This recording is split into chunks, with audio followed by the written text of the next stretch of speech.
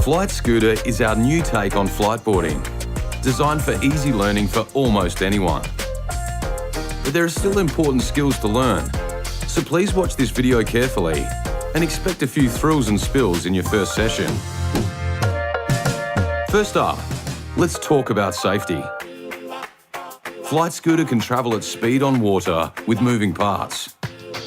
The risks associated with any marine craft apply, and there is a potential to fall on the board, wings, or handlebars. Always wear an approved personal flotation device, and we recommend a helmet when learning or inexperienced. Be careful not to kick anything sharp when swimming near the board. FliteScooter uses our FliteJet for maximum safety. This involves a powerful motor, so care should be taken at all times. Regulations vary from state to state and country to country, so check whether you need a license or registration and the specific rules in your area. It's important to choose a suitable location, clear of obstacles and traffic, with minimum water depth of at least 1 metre.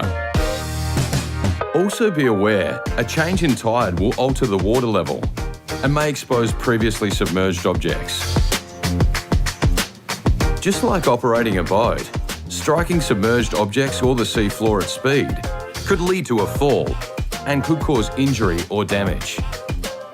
So please ensure that you or anyone else riding FliteScooter are riding in a safe area with adequate water depth. Check out the Fly Zones feature in the Flite app to help you stay within safe areas. It's recommended you learn on smooth water. Choppy conditions or swell make riding FliteScooter more difficult. Please ensure you remain at a distance of at least 150 metres or 165 yards from swimmers and other water users at all times.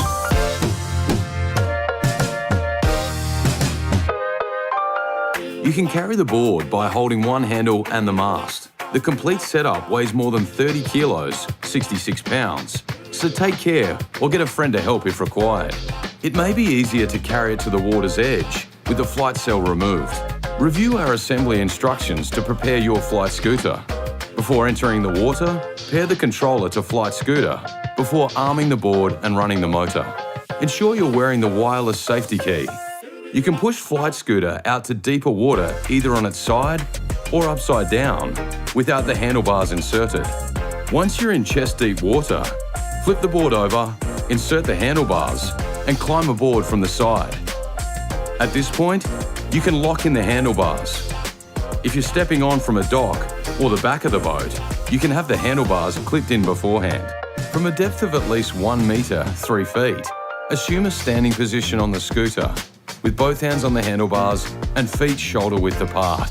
Press the wireless safety key to activate it. You'll see "Safety Key Detected" appear on Flight Controller. Check and set your gear on Flight Controller. Leave it in first gear if you're a lighter rider, or experiment with a higher starting gear if you're a heavier rider. You may choose to reduce the gear once planing and foiling.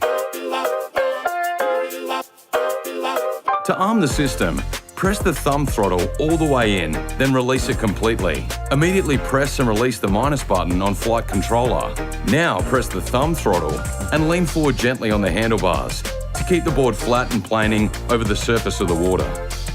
To practice foiling, shift your weight back by softly pulling on the handlebars. Then, level out quickly by gently pushing forward again. Fly low and touch down often until you're confident enough to hold the foiling longer and longer. The safest way to ride FliteScooter is by holding the handlebars at all times. If your ride's too high, hold on and maintain speed. And try again for a smooth takeoff followed by level flight.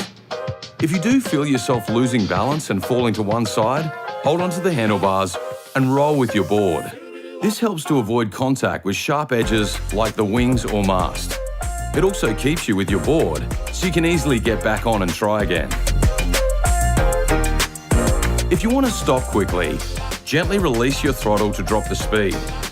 You'll come back to the stationary floating position. Allow sufficient room to stop. You may need to dismount your flight scooter to point it in the right direction before taking off again. Once you're comfortable flying in a straight line, you can steer by shifting weight from one foot to the other. Start by doing very wide turns. As you gain experience, you can try tighter turns. Be sure to keep your power constant to keep the foil balanced. How does it work? FliteScooter rides on wings that fly underwater. Just like an aeroplane, FliteScooter needs sufficient and constant speed to avoid stalling. The wings must be flown level to avoid wing breaches and splashdowns. While FliteScooter is easy to fly, here are some common mistakes to avoid. Taking off with insufficient speed. Flying speed is generally 20 kilometers an hour, 12.5 miles per hour, or slightly faster for heavier riders. Pulling back to fly with insufficient speed will stall the wing, causing a splashdown. To avoid this common mistake, ensure you start standing as far forward as possible and continue gently pushing forward on the handlebars to keep the nose of the board and wing down until you've reached flying speed. Flying too high. Once at sufficient flying speed, you can take off smoothly by very gently shifting weight back and pulling back on the handlebars. Angle the nose of the board up a few degrees to take off. Then quickly return board and wing to level position to maintain constant altitude. The skill and thrill of FliteScooter is finding the right balance above the water. Pulling or leaning back too hard or being too aggressive with the handlebars will cause a wing breach or stall and will result in a splashdown. Speed variation. The thrust from the flight jet is part of the overall balance of the hydrofoil system. Make changes via the accelerator smoothly and slowly to maintain smooth and level flight. Varying speed too aggressively can disrupt balance and cause a wing breach, stall, or splashdown. After the thrill of your session, it's time to pack up. Make sure you read through the storage and maintenance section of the user guide. Now that you can ride your FliteScooter, remember to use the Flight app to share your adventures and connect with a whole community of flightboarders.